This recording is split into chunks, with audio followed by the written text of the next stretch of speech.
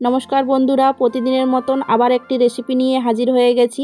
তো আজকের ইউনিক ধরনের একটি রেসিপি আপনাদের সাথে শেয়ার করব, যেটা বাড়িতে কেউ অতিথি এলে আপনারা ঝটপট তৈরি করে নিতে পারবেন। এরকম একটি নতুন ধরনের রেসিপি।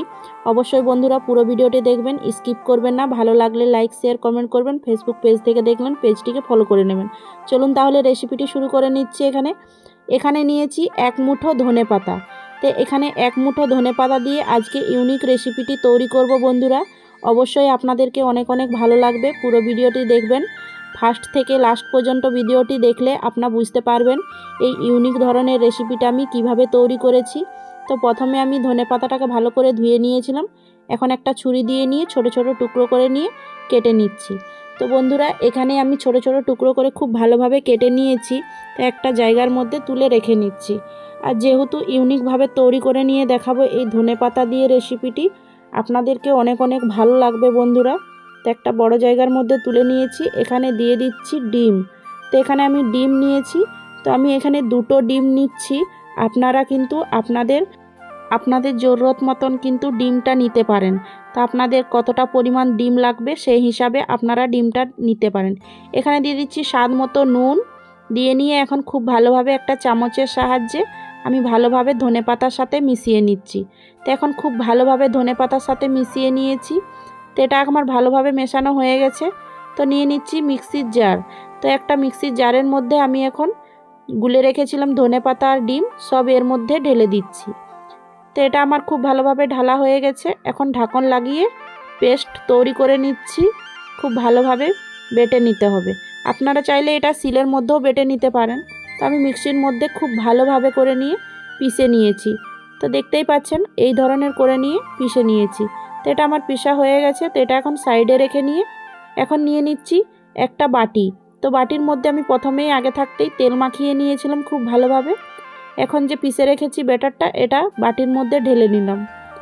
তো এইভাবে করে ঢেলে নেওয়ার পরে তো এখন খুব ভালো করে ঢেলে নিয়েছি। এখন চলে যাব গ্যাসের দিকে। চলুন তাহলে গ্যাসের দিকে চলে যাচ্ছি।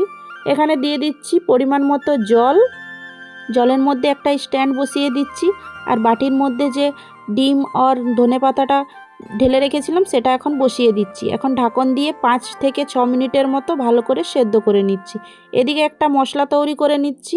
সেদ্ধ হতে হতে 2 চামচের মতো একটা ফ্রাই প্যানে দিয়ে দিচ্ছি তেল, সরষার তেল। সাথে দুটো টমেটোকে অর্ধেক ভাগ করে তেলের মধ্যে দিয়ে দিলাম। এখন দুটো পেঁয়াজ দিয়ে দিলাম কেটে নিয়ে, 10-12 কোয়া রসুন, 1 ইঞ্চ আদা টুকরো দিয়ে নিয়ে 1 মিনিটের মতো ঢাকা দিয়ে দিচ্ছি। 1 মিনিট পরে আবারও ঢাকনটা খুলে নিয়ে দেখে নিচ্ছি। আর সবগুলোকে কিন্তু খুব ভালোভাবে একটা চামচের সাহায্যে এখন পলটে নিচ্ছি। তো এখানে সবগুলো পলটানো হয়ে গেছে আর খুব ভালোভাবে দু সাইডটা ভাজাও হয়ে গেছে। এখন ঠান্ডা হয়ে যাবার বাদে আমি টমেটোর চোকাগুলোকে খুব ভালোভাবে ছাড়িয়ে নিচ্ছি। এটা কিন্তু ঠান্ডা হয়ে গেছে। এখন একটা মিক্সির জারের মধ্যে এখন তুলে নিচ্ছি।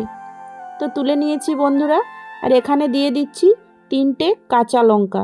তো ঝালটা আপনাদের পরিমাণ মতো দিয়ে নেবেন, কীরকম ঝাল খেতে পছন্দ করেন। ঢাকনটা দিয়ে নিয়ে এখন মশলাটা পিষে নিচ্ছি। তো এদিকে মশলাটা পেশা হতে হতে এদিক খুলে নিয়ে দেখে নিচ্ছি ধনেপাতার যে ঘোলটা দিয়েছিলাম তো সুন্দরভাবে ফুলে গেছে, দেখতেই পাচ্ছেন। এটা এখন ঠান্ডা করে নেব।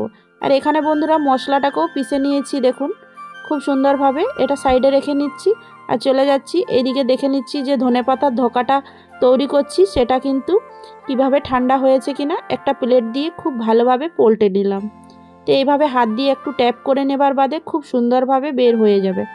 তো এখন খুব ভালোভাবে বের করে নিয়েছি। দেখুন বন্ধুরা এটা কতটা সুন্দর হয়েছে। আর এটা যেহেতু ইউনিক একটা রেসিপি, আপনাদের এইরকম ধনেপাতার ধোকা রেসিপি কীরকম লাগছে বন্ধুরা অবশ্যই কমেন্ট করে জানাতে ভুলবেন না। তো আমি মন পছন্দ শেপ দিয়ে নিয়ে কেটে নিলাম। তো এইরকম দেখুন কতটা সুন্দর আর কতটা স্পঞ্জভাবে এটা তৈরি হয়েছে। এটা কিন্তু একদম ইউনিক, যেটা বাড়িতে সহজেই তৈরি করতে পারবেন। কোনো অতিথি এলে কিন্তু মাছ মাংসকেও হার মানাবে, খেয়ে কিন্তু অনেকটাই তারিফ করবেন। তো এইদিকে ফ্রাই প্যানের মধ্যে দিয়ে দিলাম 2 চামচের মতো সরষার তেল। গরম হয়ে গেছে। দুটো দিয়ে দিলাম শুকনো লঙ্কা, 1 চামচের মতো গোটা জিরে তেলের মধ্যে দিয়ে নিয়ে হালকা নাড়াচাড়া করে নিলাম। এভাবে একটা বড় সাইজের পেঁয়াজ কুচি ছোট ছোট করে কেটে নিয়ে তেলের মধ্যে দিয়ে দিলাম। দেওয়া হয়ে যাওয়ার বাদে 1 মিনিট খুব ভালোভাবে পেঁয়াজটাকে হালকা ভেজে নিচ্ছি। তো তো এইভাবে 1 মিনিট আমি খুব ভালোভাবে ভেজে নিয়েছি। এখন পিষে রাখা মশলাটাকে তেলের মধ্যে দিয়ে দিলাম। স্বাদ মতো নুন দিয়ে দিচ্ছি, 1/2 চামচের মতো হলুদের গুঁড়ো, 1/2 চামচ গোলকি গুঁড়ো, আর সাথে 1/2 চামচের মতো ধনে গুঁড়ো, 1/2 চামচের মতো কাশ্মীরি লঙ্কার গুঁড়ো দিয়ে নিয়ে খুব ভালোভাবে মশলাটাকে এখন 5 থেকে 6 মিনিটের মতো ভেজে নিচ্ছি। তো বন্ধুরা, এখানে 5 থেকে 6 মিনিট খুব ভালোভাবে ভেজে নিয়েছি। এখন দিয়ে দিচ্ছি পরিমাণ মতো জল। তো এখানে 2 কাপ পরিমাণ জলটা নিয়েছি। এখন খুব ভালোভাবে নাড়াচাড়া করে যে ধনেপাতার ধোকাগুলো আমি তৈরি করে নিয়ে পিস করে কেটে রেখেছিলাম, সেটা এখন এখানে ঝোলের মধ্যে দিয়ে দিচ্ছি। তো এখানে ঝোলের মধ্যে দিয়ে দিলাম। খুব ভালোভাবে এখন নাড়াচাড়া করে নিয়ে এইভাবে নাড়াচাড়া করতে করতে এখন 2 থেকে 3 মিনিট খুব ভালোভাবে ফুটিয়ে নেব। তো এখানে দেখুন বন্ধুরা, 2 থেকে 3 মিনিট খুব ভালোভাবে ফুটিয়ে নিয়েছি। ঝোলের পরিমাণটা খুব সুন্দরভাবে শুকিয়ে গেছে, একদম মাখো মাখো তৈরি হয়ে গেছে। উপর থেকে দিয়ে দিলাম কিছুটা পরিমাণ কসুরি মেথি দিয়ে নিয়ে এখন খুব ভালোভাবে নাড়াচাড়া করে নিলাম। এটা কিন্তু এখন তৈরি হয়ে গেছে বন্ধুরা। গ্যাসের ফ্লেম বন্ধ করে নিয়েছি আর আপনাদেরকে দেখাচ্ছি একটা প্লেটের মধ্যে গরম গরম সার্ভ করে নিয়ে। তো দেখুন বন্ধুরা, এখানে একটা প্লেটের মধ্যে গরম গরম সার্ভ করে নিচ্ছি আমি। এটা দেখতে কতটা সুন্দর আর একদম লোভনীয় একটা রেসিপি হয়েছে, যেটা মাছ মাংসকেও একদম হার মানাবে।